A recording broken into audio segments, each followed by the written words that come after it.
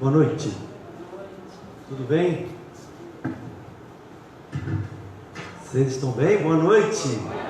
Agora sim. Belo ver a igreja assim, não é não?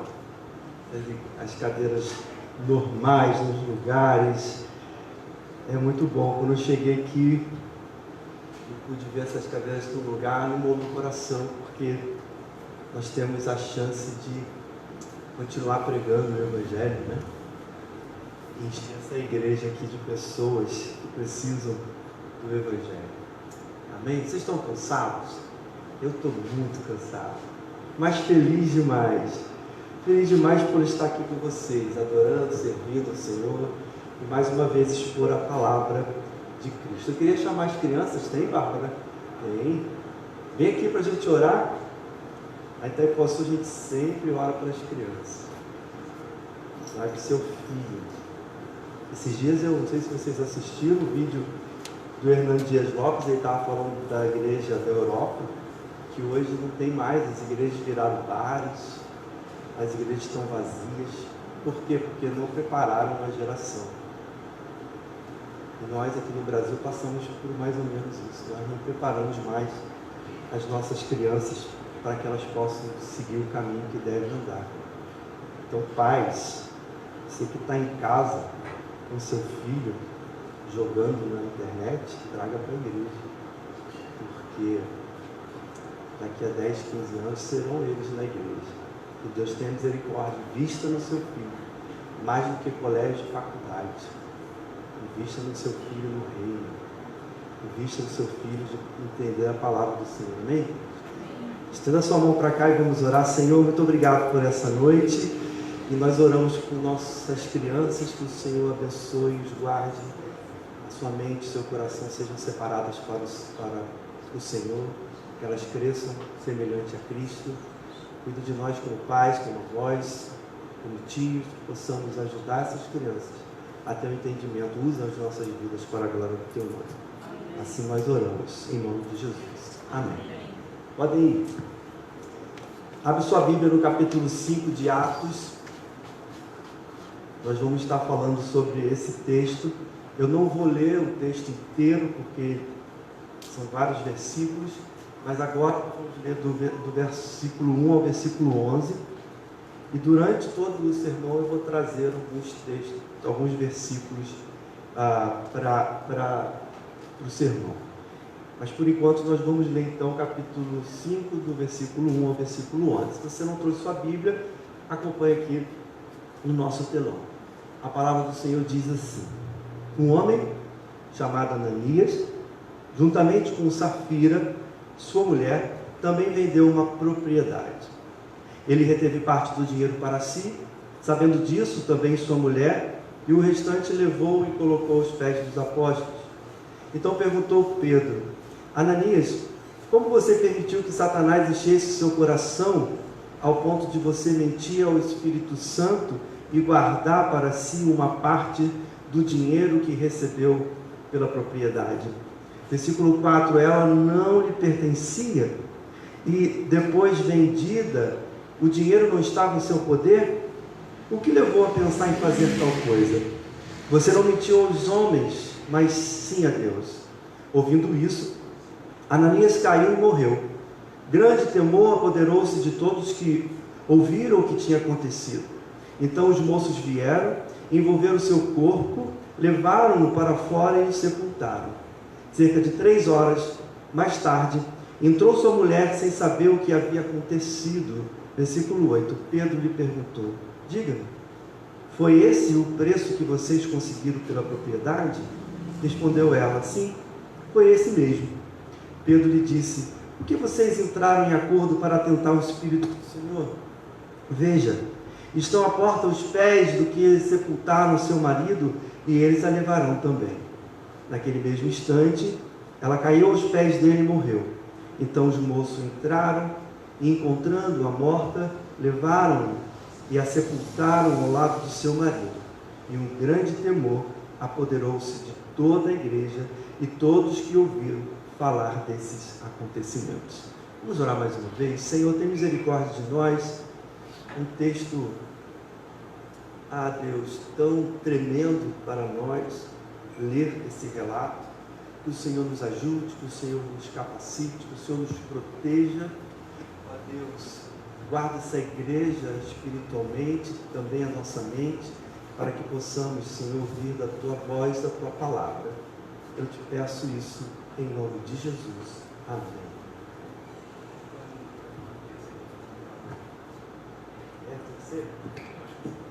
Som.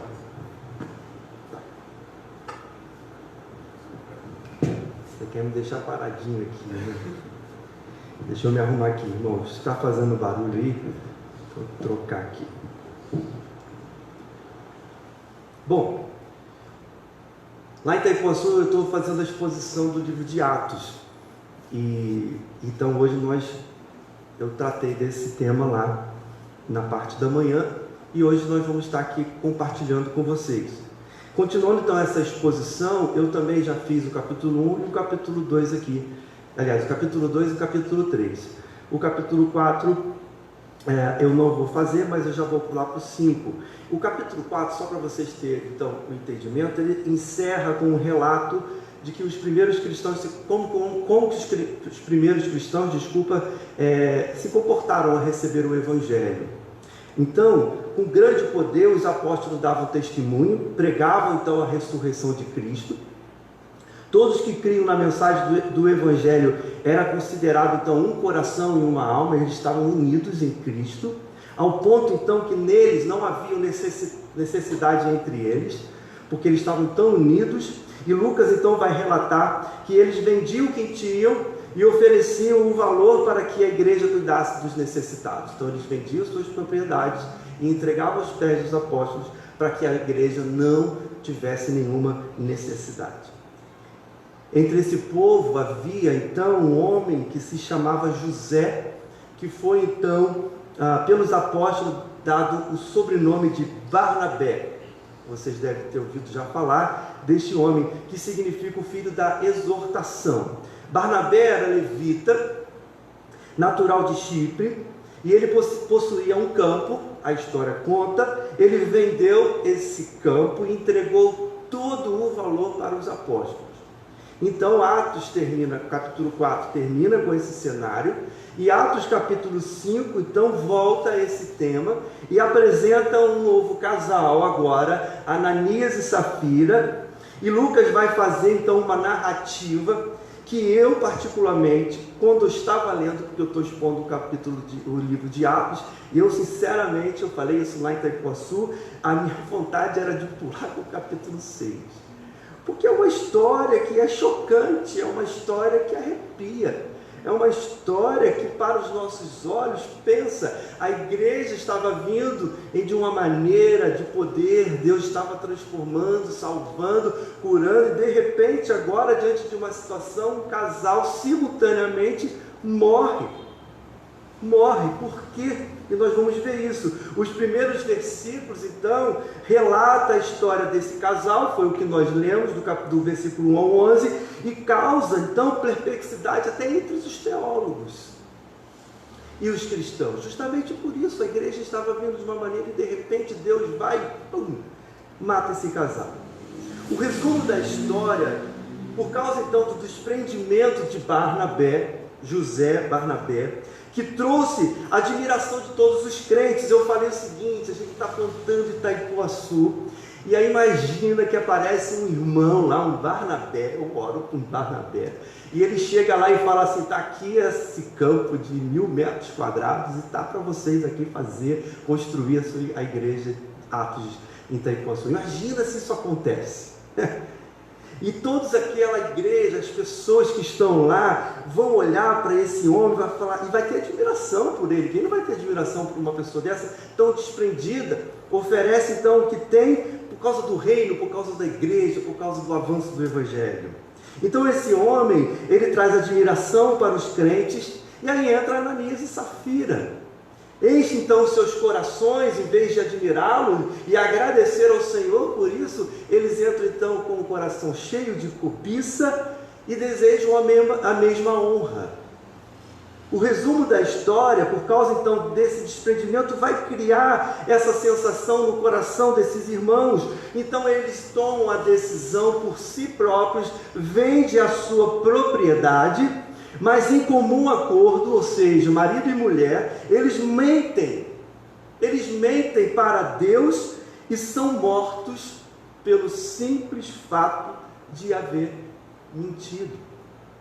Essa história, apesar de ser difícil compreender, ela é tão importante e ainda mostra algo para nós. Algo para nós. Primeiro, Deus é soberano.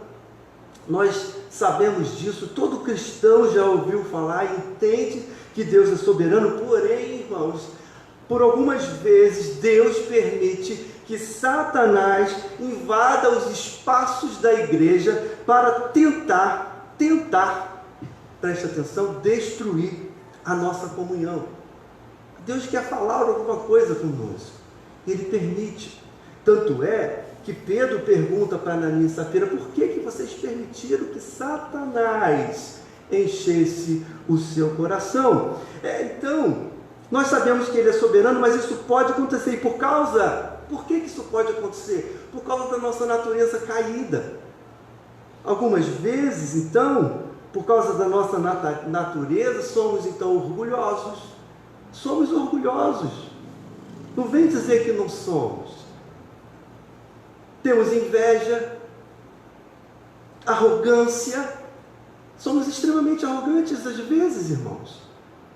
E isso, então, estava no coração de Ananias e Safira. E nós também podemos passar por isso e somos tentados a tirar o nosso olhar para Deus e focar então nos aplausos humanos. Nos aplausos humanos. Isso é uma ameaça à nossa vida de fé e vai exterminar a nossa comunhão. Eu falei, então, tenhamos muito cuidado. Essa igreja aqui é uma igreja importantíssima, porque ela tem sido um canal de bênção para a plantação de outras e outras e outras. Da mesma forma que eu falei para aqueles irmãos, tenham cuidado com os sentimentos do seu coração. Eu falo para vocês aqui em São Gonçalo, tenham cuidado com o sentimento do coração de vocês. Não permita que pensamentos errados mantenham nas suas mentes, porque o Satanás pode vir e tentar destruir a nossa comunhão. Então não permita, estejam atentos para isso. Olhe os movimentos, Deus está no controle, Deus é soberano, Deus é que determinou as plantações dessa igreja, Deus é que determinou que o pastor Claudinho Paulo fosse para São Paulo, Deus que determinou que eu fosse para Itaipuaçu. Então creia nisso, e Deus vai fazer o que Ele quiser, a forma que Ele quer. Então não permitam, irmãos, que sentimentos satânicos entrem na mente e no coração de vocês. Eu falei isso em Itaipuaçu e estou falando também para vocês, porque eu acho que nós estamos passando por ataques e precisamos nos levantar como cristãos poderosos, cheios do Espírito Santo, para rejeitar tais coisas.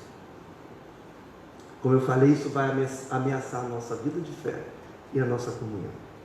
E a partir desse tema, então, que precisamos ler o relato sobre Ananias e Safira e compreender esse juízo terrível que Deus executou a vida desse casal. O primeiro ponto, isso foi a introdução, obediência. Pedro, então, afirma que o problema de Ananias não foi o fato deles terem entregue apenas uma parte do valor. Aqui não vai ser por causa do dízimo e oferta. Isso nós temos que deixar claro. Veja o versículo 4. Pedro diz: ela não te pertencia, ou seja, a terra, a propriedade, depois de vendida, o dinheiro não estava em seu poder? O que levou a pensar a fazer tal coisa? Você não mentiu a homens, mas sim a Deus. Deus não pediu que eles fizessem a venda da propriedade, você não vai ver isso. Deus não pediu também para que eles vendessem e dessem tudo, todo o valor. E aí Pedro pergunta: por que vocês venderam? Pedro declara então que Ananias tinha todo o direito de decidir qual era a maneira, a forma, a quantidade de ofertar aquele dinheiro para a igreja.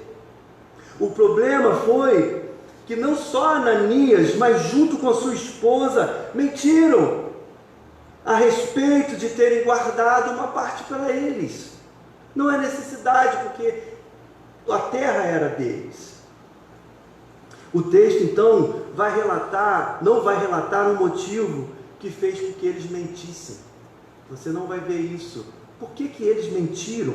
Mas é fácil descobrir. Por que é fácil descobrir? Porque o mesmo sentimento deles pode estar em nosso coração.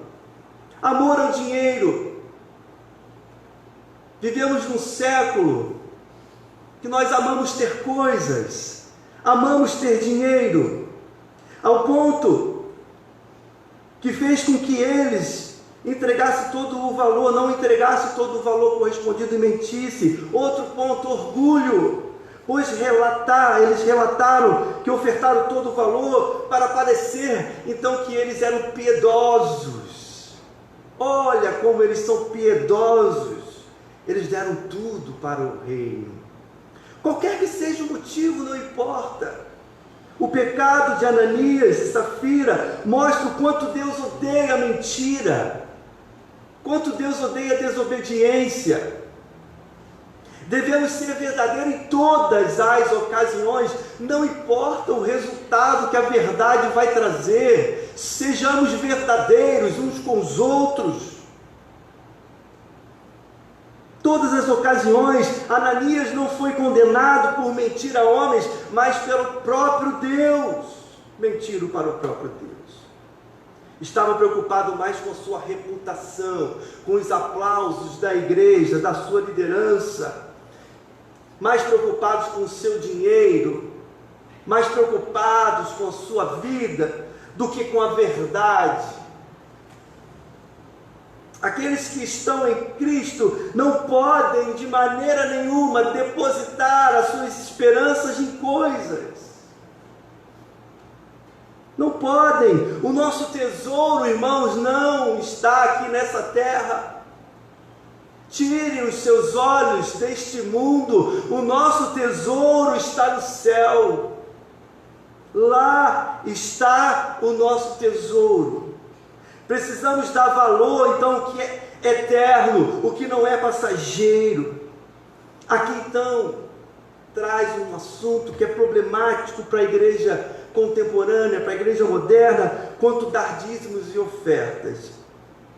Mais uma vez aqui, eu não estou fugindo do texto, mas eu quis tratar isso também em Itaipuaçu, e eu acho que é preciso também falar sobre dízimos e ofertas. Um texto que usamos muito na hora da generosidade, nós usamos lá também: Deus ama quem dá com alegria. Apóstolo Paulo então instrui: quando nós formos dar os nossos dízimos e oferta, dê com alegria, porque Deus ama. Se Deus ama para aqueles que dão com alegria, então é verdade, é necessário que a igreja dê seus dízimos e ofertas.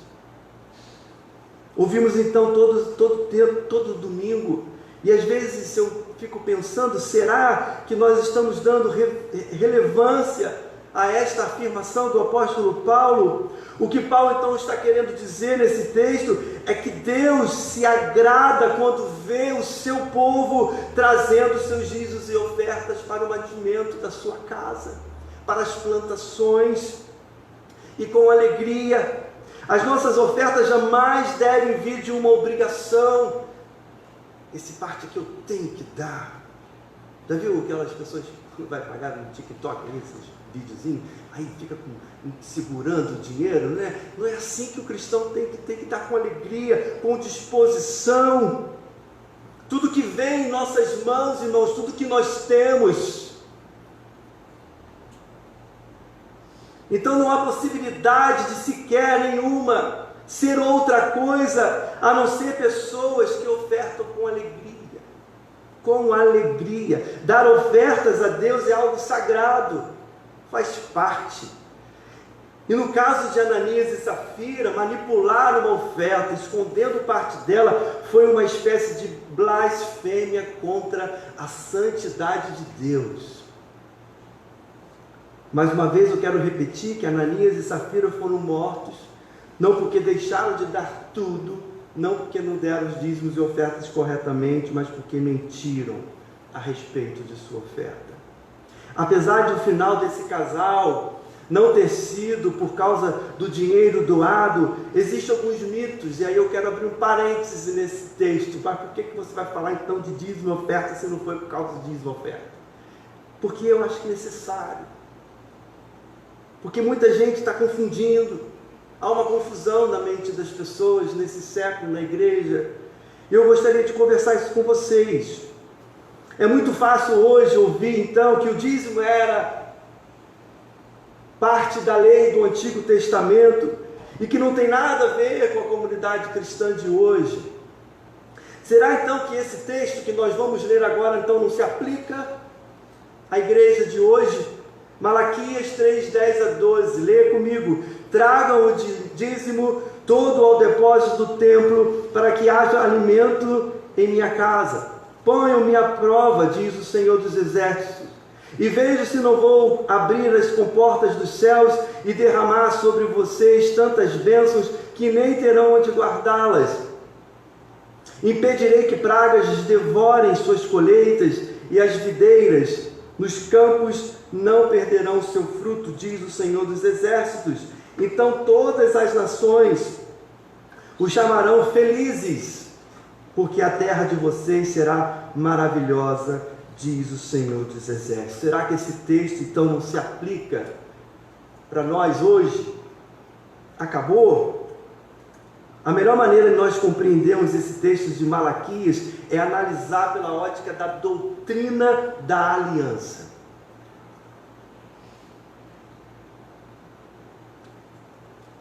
Precisamos voltar em Gênesis. Vamos lá, vamos fazer uma retrospectiva. Deus chama Abraão, tira ele da sua terra e manda para uma outra terra distante e faz uma aliança com ele. Em resumo, Deus se comprometeu em ser o Deus de Abraão e de toda a sua descendência para sempre. Deus promete protegê-los e abençoá-los. Deus prometeu a Abraão dar uma terra, um reino e uma descendência, que seria o canal de bênçãos para toda a terra. Amém? Somos parte dessa aliança feita a Abraão. Mas para isso Deus exige algumas condições que Abraão e sua descendência devem cumprir. Essa lista de obediência então veio em Moisés, a quem Deus entregou os 10 mandamentos, também as leis relacionadas ao culto e à nação. E todo o povo deveria obedecer às leis, segui-la de todo o coração. Essa foi a ordem. Esses eram os termos da aliança. Então, se o povo obedecesse, Deus os abençoaria. Mas também, se o povo desobedecesse, Deus viria com castigo. Esse é o termo da aliança no Antigo Testamento. Ao ler então sobre maldições e castigo, nós precisamos entender que Deus usava a espada da aliança. Ou seja, toda vez que o povo quebrava a aliança com Deus, Deus então desempenhava a espada da aliança e vinha atrás do povo. Você vai ver isso em Juízes. Mas por amor ao povo, Deus jamais desiste do teu povo e sempre vem para a correção. Mas muitos cristãos hoje acreditam que essa aliança foi revogada em Jesus Cristo. Então Jesus Cristo vai para a cruz e então é revogada essa aliança, mas pelo contrário, ela foi ratificada por Cristo. Nós vivemos pela aliança. A nova aliança no Novo Testamento não anula a aliança anterior. O livro de Romanos, se você ler, você vai ver isso. Paulo diz sobre isso. A grande diferença da nova aliança é que possui um mediador que é muito maior, que é mais excelente, que é eficaz. A aliança do Antigo Testamento, o mediador era Moisés, mas hoje o nosso mediador é Jesus Cristo, o nosso Senhor. No Antigo Testamento, Deus exige o sacrifício de animais que apontavam para o favor de Deus.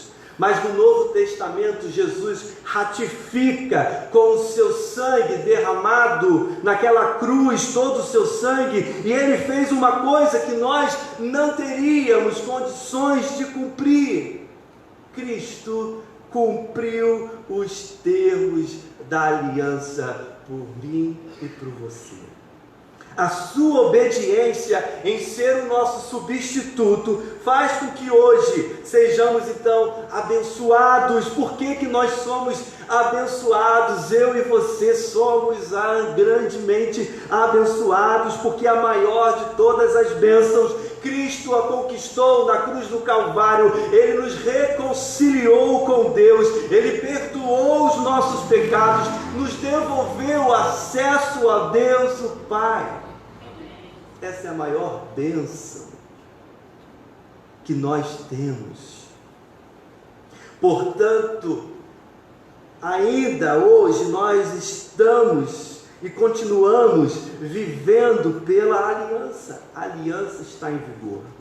Não podemos nos enganar quando um filho de Deus resolve quebrar a aliança. Isso é um alerta para nós virar as costas para Deus. E que Deus tenha misericórdia de nós nesse tempo de pandemia, para que nós não possamos desistir, mas sejamos fortalecidos e jamais possamos desobedecer as suas ordens. E é certo que se isso acontecer, Deus virá corrigir cada um de nós, porque Ele nos ama, Ele nos trata como filho, pertencemos a Ele, e Ele virá. Você é um abençoado por Cristo, mas você foi chamado para viver por Ele. Então não desobedeça às ordens do Senhor. Esse século mostra uma maravilha de vida, mas se está contra a palavra de Deus, rejeite. Viva pela aliança.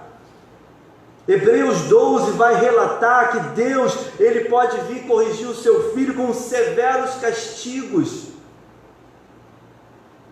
Qual o pai que não corrige o seu filho a quem ama? Por outro lado, Deus também, Ele promete abençoar em todos os sentidos, quando o seu filho humildemente, quando ele entende o quanto foi amado, e quando ele entende o quanto a graça fez com que ele fosse livre, não por medo, mas por gratidão, pela fé encontrada em Cristo Jesus, ele deseja ardentemente permanecer em comunhão com Ele. Voltamos ao texto de Malaquias. Deus se queixa do povo e disse que eles desde a existência vêm quebrando a sua aliança. E como se Deus fosse falar assim para o seu povo: vocês são iguaizinhos aos seus pais, iguaizinhos, vocês são desobedientes, vocês não guardam minha lei. E em seguida Deus demonstra sua misericórdia e chama o povo ao arrependimento. A resposta do povo mostra o quanto Deus é paciente. Se você for ler a história com calma, o povo pergunta então: o que nós precisamos nos arrepender?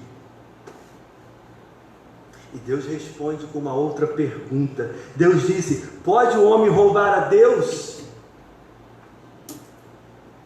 Pode o homem roubar a Deus? Deus então menciona os dízimos e ofertas como um exemplo para mostrar que eles quebraram a aliança. Esse texto aqui, então, quando Deus traz à tona os dízimos e oferta, Ele poderia ter usado qualquer outro exemplo, mas Ele faz a pergunta: pode o homem roubar a Deus?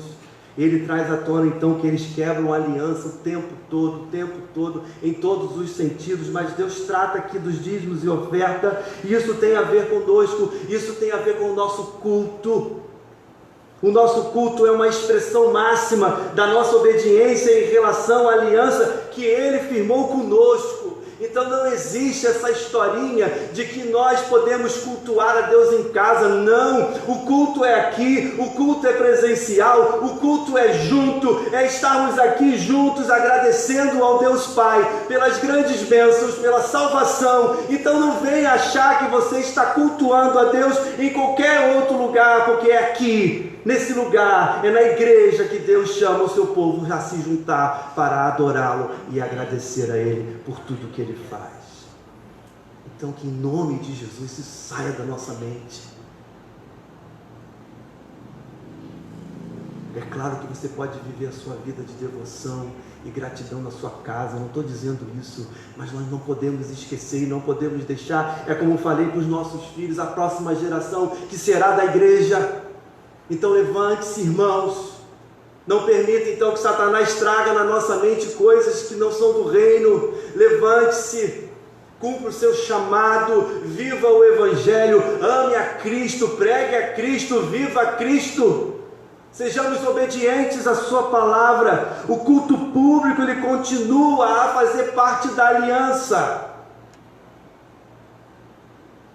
E o nosso culto, ele precisa demonstrar a nossa gratidão. E aí tem a ver com os nossos dízimos e ofertas. A grande divergência sobre os dízimos e ofertas, a pergunta é: devemos ser dizimistas? Nós acreditamos que sim. Devemos ser fiéis, sim, nos dízimos e ofertas. Não vamos estabelecer uma quantidade, um percentual. Assim como Pedro não exigiu nada de Ananias, vender a sua propriedade para doar tudo. A nova aliança não pede que nós ofertamos todo o nosso dinheiro.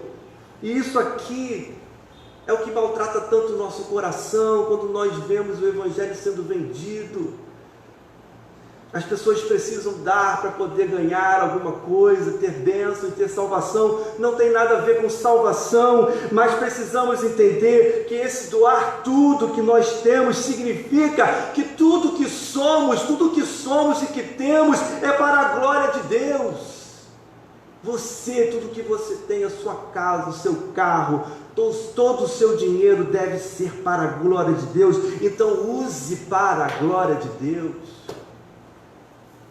10% é um referencial, e ele foi usado no Antigo Testamento porque as pessoas não tinham consciência da graça. Nós temos consciência da graça, fomos muito amados e libertos. Eles faziam por obrigação, e nós que entendemos a Cristo, que sabemos que fomos chamados por Ele, nós que vivemos na nova aliança, contribuímos, e deve ser feito com alegria, como explica o apóstolo Paulo, pois estamos ajudando a manutenção do reino, no sustento dos seus ministros, no atendimento aos órfãos, viúva e tantos outros necessitados que podem acontecer e haver.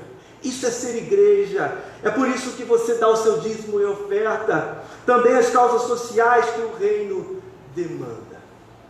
Está a presidente lá do Ministério de Justiça e Misericórdia. Essa igreja, posso falar? Criou o Ministério de Justiça e Misericórdia. O pastor Cláudio fez um curso de meses com algumas pessoas. E essa equipe agora vai cuidar justamente dessa área tão necessitada. Entende que então o seu dinheiro, quando entra aqui, é para isso. É para que possamos fazer que o reino avance.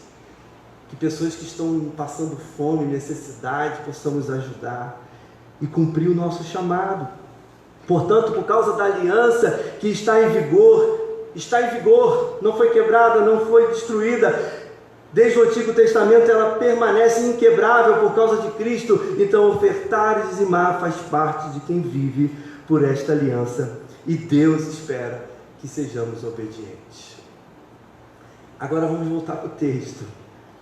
Eu só quis falar sobre isso porque há muita confusão nesse assunto.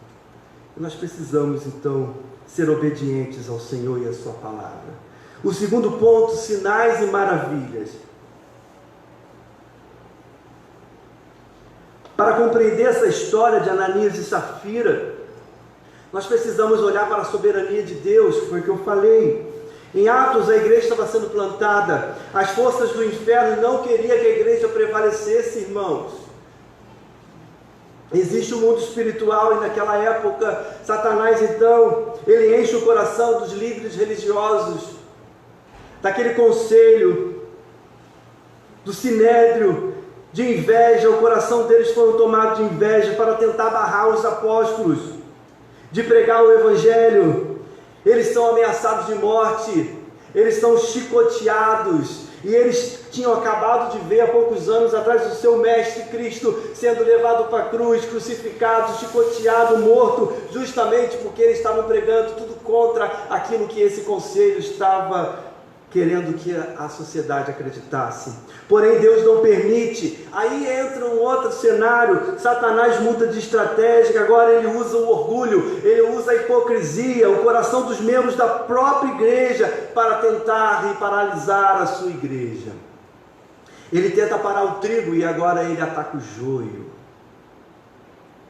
Deus, em sua soberania, e sabemos que Deus faz o que Ele achar melhor para proteger a sua igreja e a sua glória, para exterminar a hipocrisia e a mentira que estava ocorrendo na sua igreja. Deus então castiga esse casal e eles morrem.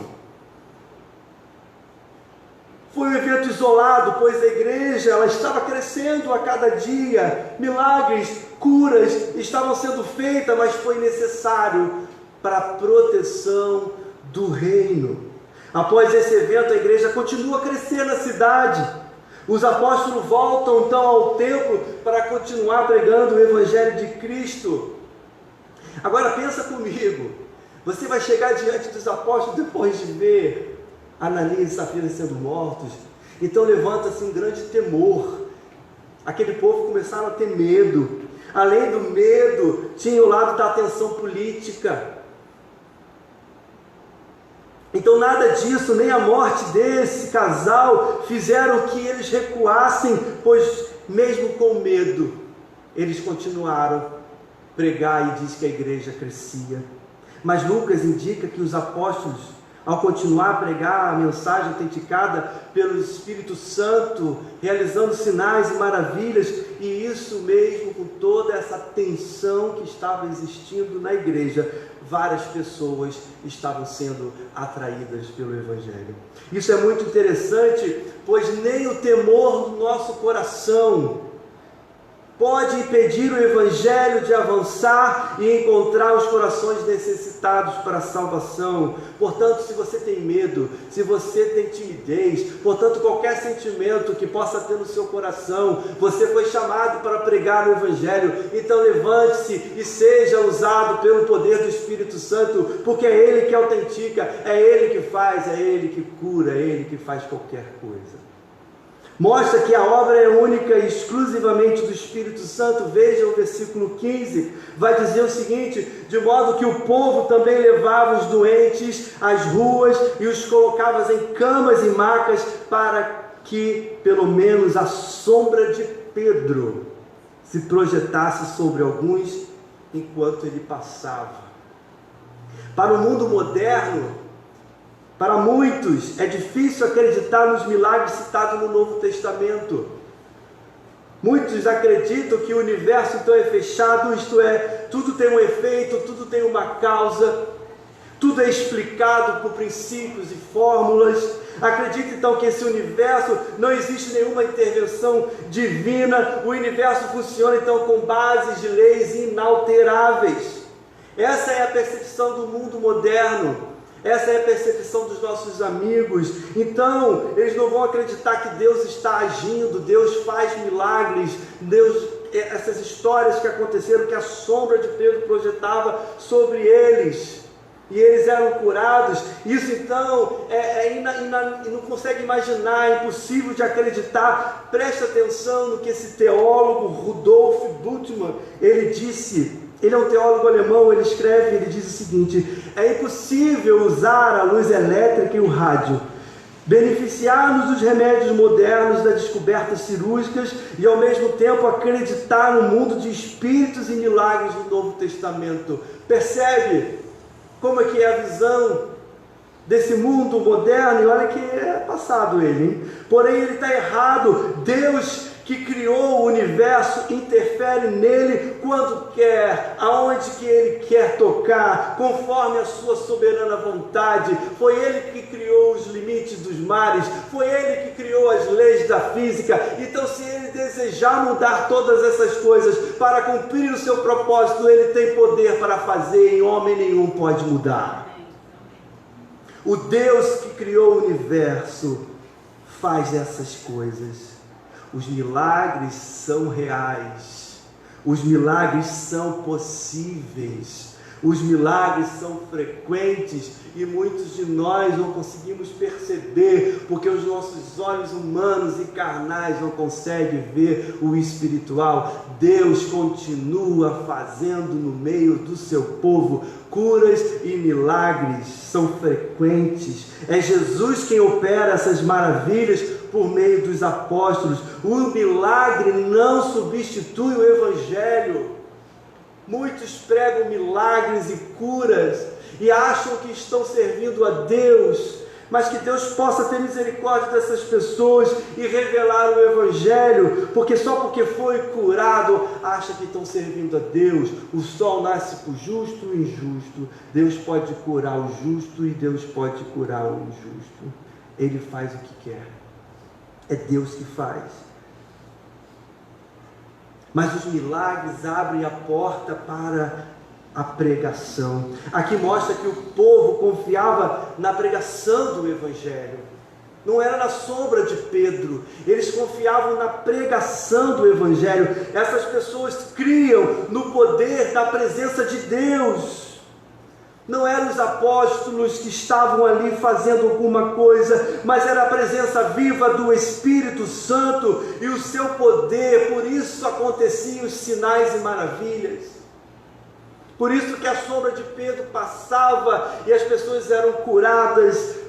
A presença de Deus era tão evidente na vida dos apóstolos, que estar próximo deles era sentir a própria presença de Deus. Que possamos ser encontrados assim.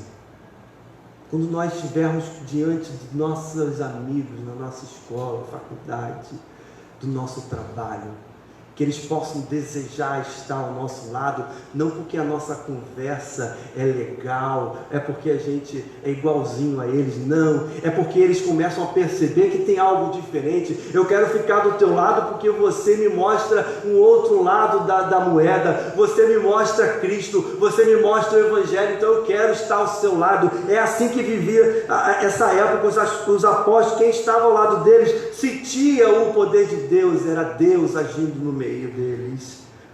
Que possamos ser encontrados assim. O povo não idolatrava os seus líderes, pelo contrário, a maior motivação da esperança era o próprio Deus. Os milagres não são recursos para a salvação. Ninguém é salvo porque aconteceu um milagre. Serve para demonstrar o poder de Deus, como eu falei. Então rejeite, irmãos, rejeite essa parte que eu coloquei em Itaipuaçu, porque existe tanta igreja neopentecostal, tanta igreja lá colocando, aqui também, apóstolo tal, igreja apostólica, e aí essas pessoas não conseguem, tem que viver porque aquele homem fala, aquela mulher fala, porque o que eles falam é mais do que a própria Bíblia.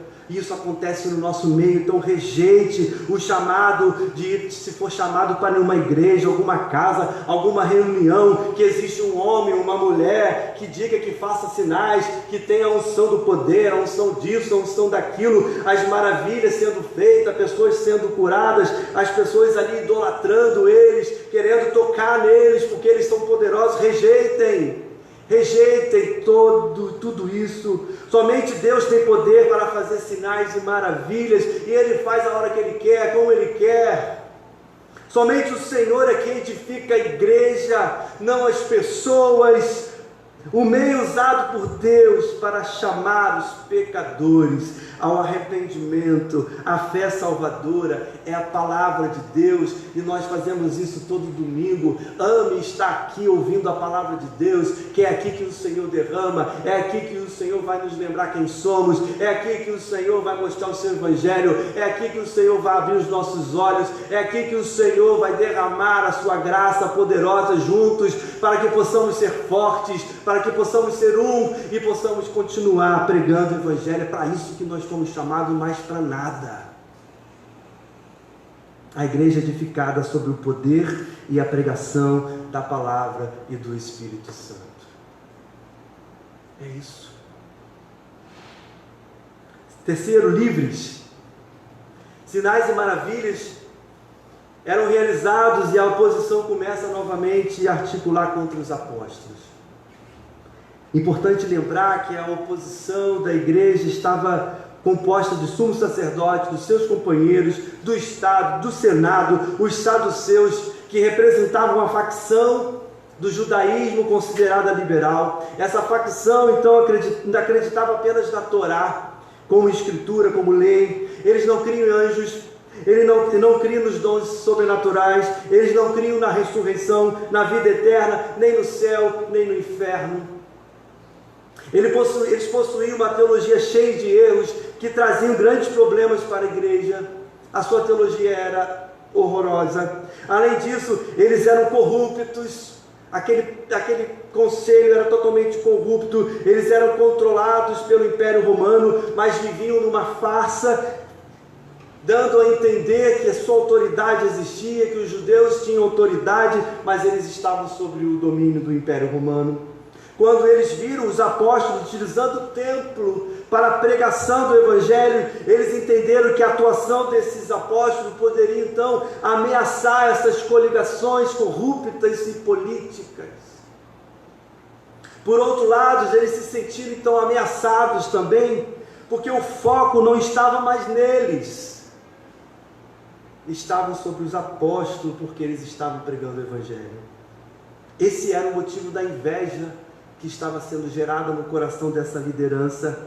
A inveja os levou a prender os apóstolos publicamente, a humilhá-los, mas Deus sempre atuou com misericórdia. Vamos ler o versículo 19 e 21, ele diz assim: mas durante a noite um anjo do Senhor abriu as portas do cárcere, levou-os para fora e disse: dirijam-se ao templo e relatem ao povo toda a mensagem desta vida.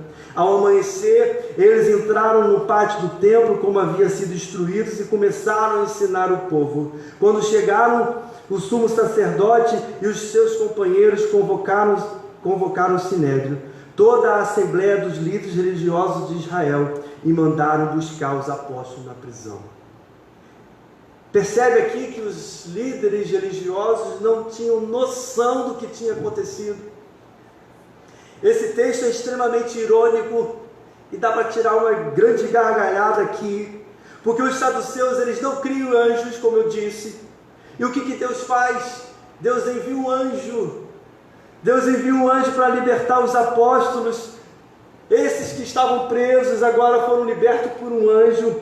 E eu fico impressionado, até com as atitudes dos apóstolos, porque pensa comigo, os anjos então o libertam, mas dá algumas instruções, que está grifado no versículo 20, disse: dirijam-se ao templo e relatem ao povo toda a mensagem desta vida.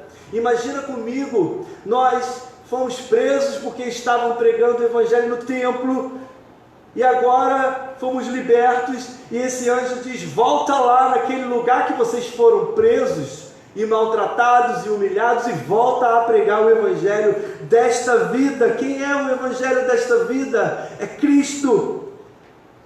Eles foram presos porque estavam pregando essa mensagem. O ideal, pensa comigo, seria o anjo chegar para eles e falar assim: vai para casa, descansa um pouco, vocês estavam presos aqui, vai para casa, deixa a poeira baixar, deixa os ânimos diminuírem, depois vocês voltam a pregar. Mas não foi isso que o anjo disse. Isso seria o ideal para nós, Mas a orientação foi com que eles voltassem ao mesmo lugar e continuassem a pregar. Trazendo então para nós, para os nossos dias, às vezes nós valorizamos o nosso conforto, a nossa segurança, mais do que o Evangelho e a grande comissão. Quando nós fomos salvos, quando Jesus subiu ao céu, e nós já estudamos sobre isso, Ele nos deu uma ordem, que é ir por todo o mundo e pregar o seu Evangelho. Então, por nós estarmos cansados, eu trabalhei tanto hoje, eu queria tirar esse domingo para descansar, e por causa da nossa rotina familiar, abrimos mãos de vivenciar a graça de nós sermos usados pelo poder do Espírito Santo. Irmãos, vocês foram chamados, nós fomos chamados para ser cheios do Espírito Santo, para continuar a obra de Cristo nessa terra. E por causa que nós estamos cansados, por causa de querer fazer tantas outras coisas, nós abrimos mãos de ser usados por Ele. Mas os apóstolos livres entenderam que a obediência a Deus é maior do que a sua própria segurança. É lógico que eles iam ser presos novamente. Eles poderiam falar: peraí, Deus, o Senhor nos libertou para ser presos de novo? Não é melhor nós ficarmos quietos? Mas eles não discutiram com a ordem. Diz então que nós encontramos aqui, um belo retrato da provisão de Deus. Quando o seu povo vive pela sua fidelidade, Deus ordena que eles sigam com a pregação, mas demonstra o seu poder, revelando o seu cuidado, o seu amor, mostrando que Ele suprirá todas as nossas necessidades, à medida que nós buscamos então, em primeiro lugar, o reino do Senhor. Busque em primeiro lugar o reino do Senhor, e as outras coisas vos serão acrescentadas. Isso estava no coração dos apóstolos, cada vez mais convictos do seu chamado. No versículo 21, diz que logo ao amanhecer, eles foram pregar. Era bem cedo e a notícia ainda não tinha acontecido, como nós lemos. Os apóstolos tinham sido libertados da prisão, mas ninguém tinha consciência disso. Os líderes, sem saber o que estava acontecendo, manda buscar os apóstolos, manda os guardas, vai lá buscar os apóstolos. Lucas, com um tom cômico, eu só consigo ver isso, ele relata no versículo 22 e 25: todavia, ao chegarem à prisão, os guardas não os encontraram ali. Então voltaram e relataram: encontramos a prisão trancada, com toda a segurança, com os guardas diante das portas, mas quando as abrimos não havia ninguém. Diante desse relato, o capitão da guarda do templo e os chefes dos sacerdotes ficaram perplexos, imaginando o que teria acontecido. Nesse momento chegou alguém e disse: os homens que os senhores puseram na prisão estão no pátio do templo ensinando o povo. Que história engraçada. Eu não estou desprezando a palavra de Deus não, tá? Porque, veja, esses homens que se achavam tão poderosos, sendo ridicularizados diante de toda a sociedade. Imagina a cena comigo. O texto diz que o conselho e toda a assembleia, os senados estavam ali, os líderes. Israel estava reunido para julgar os apóstolos. Os apóstolos não eram mais considerados apenas uma ameaça do templo, mas eles eram uma ameaça à segurança nacional. O conselho todo reunido, pronto para julgar os apóstolos, envia uma ordem então: traga os apóstolos. E para a surpresa dos guardas, imagina você, um guarda indo para uma prisão e chega lá tudo trancado e ele não tem ninguém naquele lugar. Ele descobre que tudo estava em ordem, mas com um detalhe: não havia prisioneiros, não tinha nenhuma corrente arrebentada, não tinha nenhum cadeado aberto, tudo estava no seu lugar. Os guardas estavam ali fazendo a segurança, mas o único problema: os apóstolos não estavam lá. Como que os guardas iriam contar isso para o conselho? Eles poderiam ser mortos, porque eles não cuidaram bem dos prisioneiros. Confusos, temerosos, envergonhados, eles tiveram que informar: a ausência dos apóstolos. O texto diz que eles ficaram então perplexos, o conselho e todas aquelas pessoas ficaram a entender o que poderia ter acontecido. Há um grande alvoroço e de repente entra uma outra pessoa, entra pelas portas e diz que esses mesmos apóstolos que estavam presos agora estão livres e estão lá no mesmo lugar pregando Cristo, ensinando o povo no templo. Como assim? Eles estavam presos e agora estão soltos e estão pregando sem ação humana nenhuma. Como é que pode? Imagina a fúria desses líderes na altura do acontecimento. Era de se esperar, e óbvio, eu tenho certeza que os apóstolos já sabiam que eles iam com fúria, que eles iam capturá-los novamente, que eles iam tentar matá-los. Mas eles não estavam nem aí, não tinha medo no coração daquele povo. Mas sim, tinha medo no coração dos líderes, porque eles não fizeram nada. Eles capturaram sem força, não machucaram. O episódio todo repleto de ironia, porque os primeiros apóstolos foram libertos por um anjo cujo eles não acreditavam. A classe política, que gosta de ser avisada com antecedência, não fazia ideia do que tinha acontecido, foi saber por através de um mensageiro que entrou rapidamente e contou. Os líderes religiosos ficam tão assustados com a multidão que temem ser apedrejados. Imagina os sinais e milagres acontecendo, aqueles apóstolos contando como que aconteceu, e aquelas pessoas glorificando a Deus. Chegam os líderes religiosos diante daquele povo, o que nós vamos fazer? Essa história mostra a mão soberana de Deus sobre toda a situação, irmãos. É Ele que age, é Ele que está sobre a ação. Revela que nada pode acontecer comigo e com você, com a igreja do Senhor, com o povo de Deus, sem que Ele possa ter ordenado.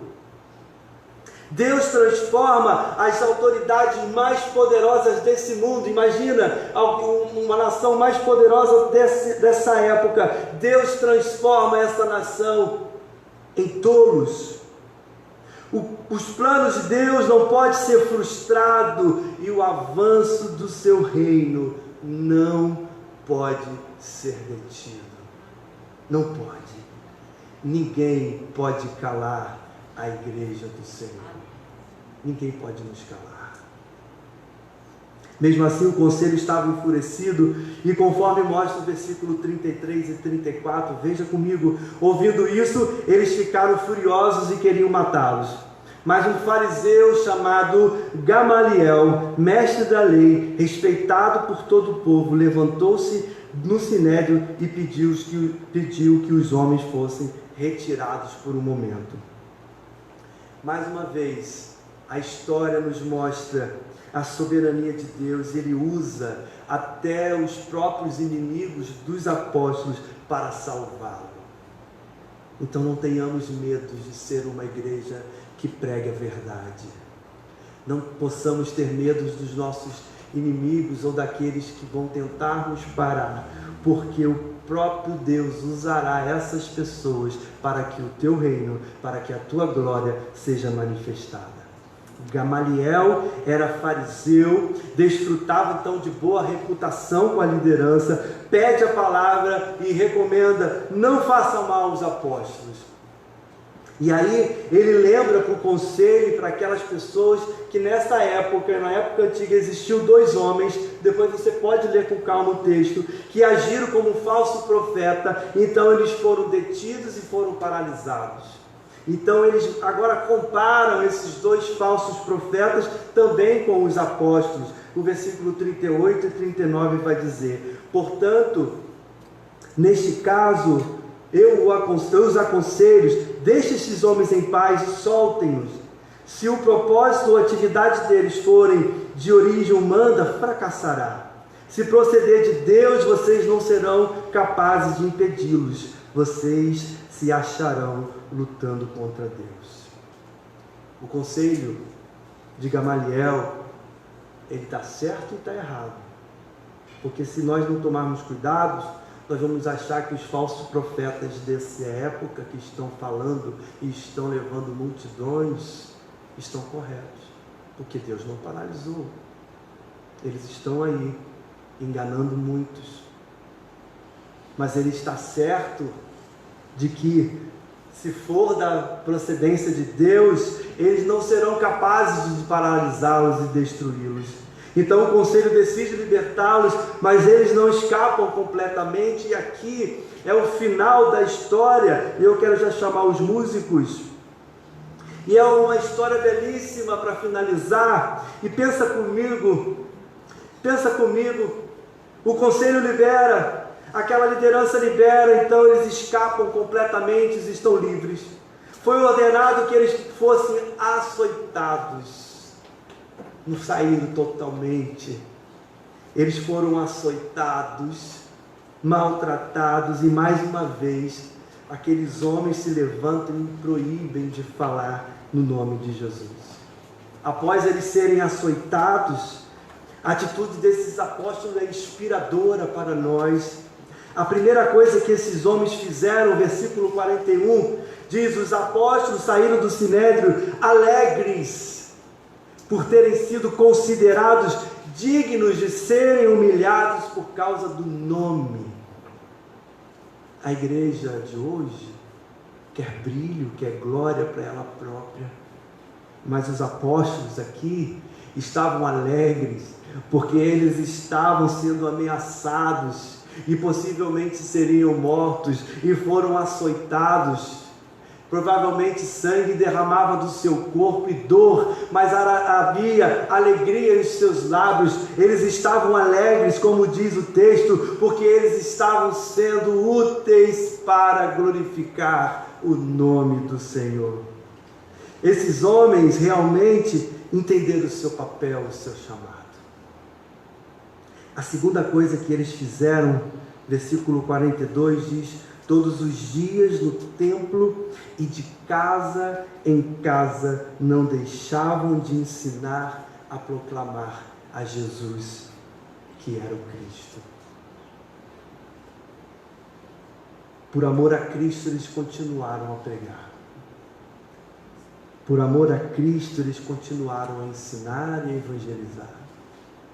Por amor a Cristo eles não tiraram uma manhã ou uma noite ou um dia da semana, quando nós fomos chamados para fazer alguma atuação aqui na igreja ou na cidade, e nós falamos assim: ah não, eu estou cansado, eu preciso descansar, ah não, São Gonçalo está muito perigoso, eu posso ser assaltado, eu posso sair da igreja e ser morto, ah não, vou ficar aqui na minha segurança da minha casa, com os meus filhos e minha esposa, meu esposo, quem é que seja, porque aqui eu estou seguro.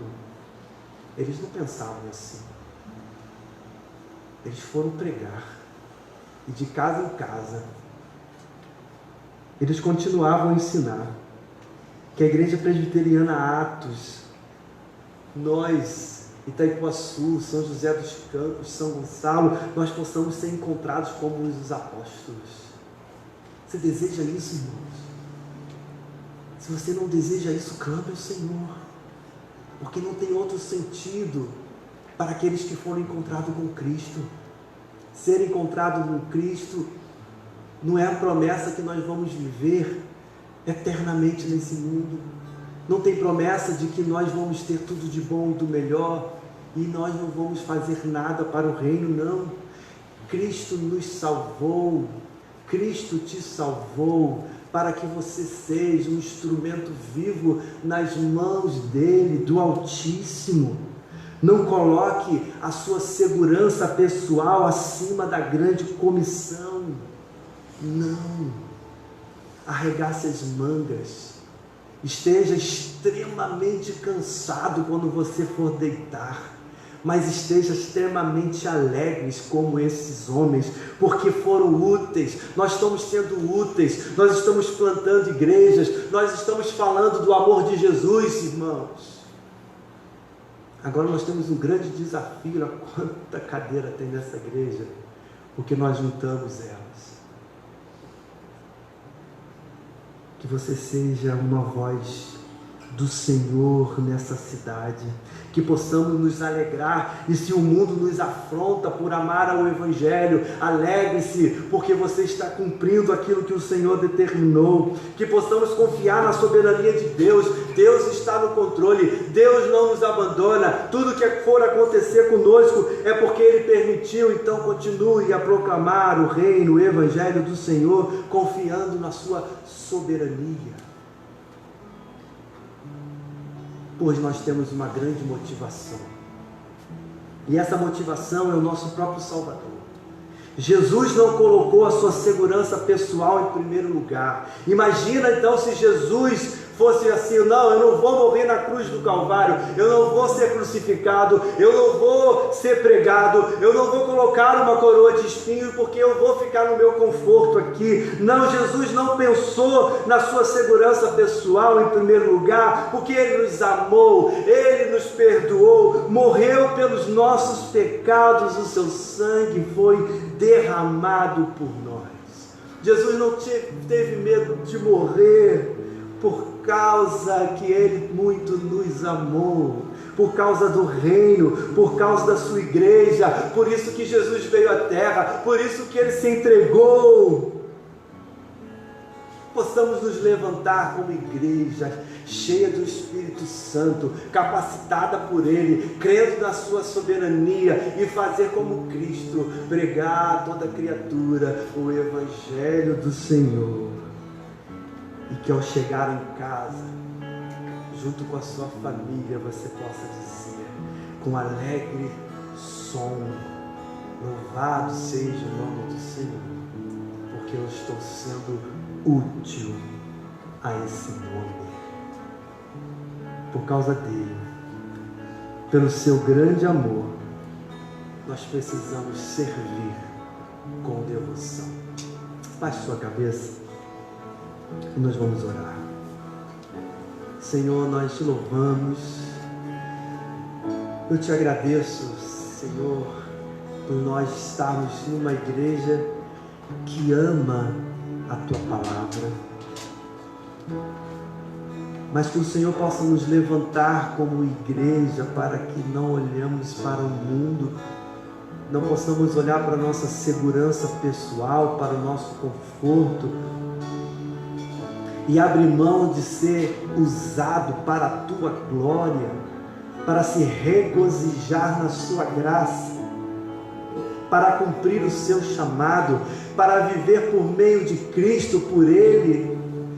Senhor, nós nos arrependemos porque em nós há tantos pensamentos contrários. Somos, Senhor, atingidos às vezes pelos nossos sentimentos humanos. Amamos mais o dinheiro do que pessoas. Amamos ser o foco das atenções. Amamos, Senhor, os nossos pecados, sim, porque nós desejamos pecar. Essa é a característica humana. Então nós pedimos que o Teu Espírito Santo conduza o nosso coração a um quebrantamento, a um arrependimento verdadeiro, ao ponto que a nossa característica, personalidade, o ser humano que somos, seja, Senhor, transformado de glória em glória, para que o Seu nome, Jesus, seja revelado.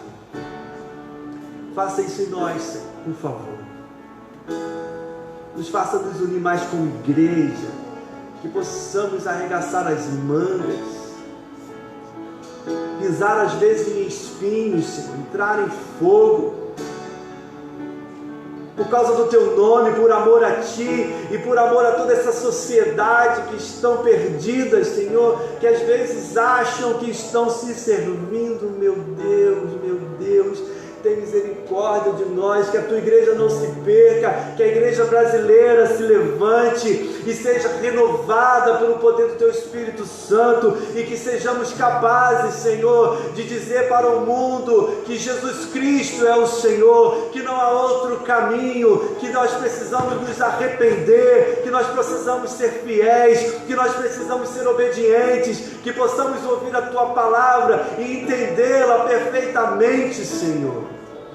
Proteja as nossas mentes, Senhor, os nossos pensamentos, os nossos desejos, as nossas panelinhas sejam quebradas, que possamos nos levantar e entender que Cristo nos chamou para pregar o Evangelho, para plantar igreja. Não é somente o Luiz em Itaiguaçu, não é somente o Cláudio, o Alessandro em São Gonçalo, o Paulo em São Paulo. Senhor, somos todos nós, igreja de Cristo Jesus, plantando novas igrejas, pregando o Evangelho, falando de Ti, pregando Cristo como Senhor e único e suficiente Salvador e aquele que pode perdoar todos os pecados.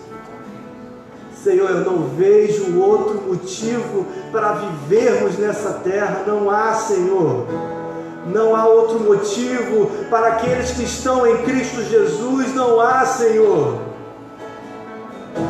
do que abrir mão da sua própria vida, precisar suar gotas de sangue, precisar perder alguma coisa por causa do Teu Evangelho. Esse é o nosso chamado, não há motivo outro, Senhor, não há. Esse mundo passa rápido demais, Senhor.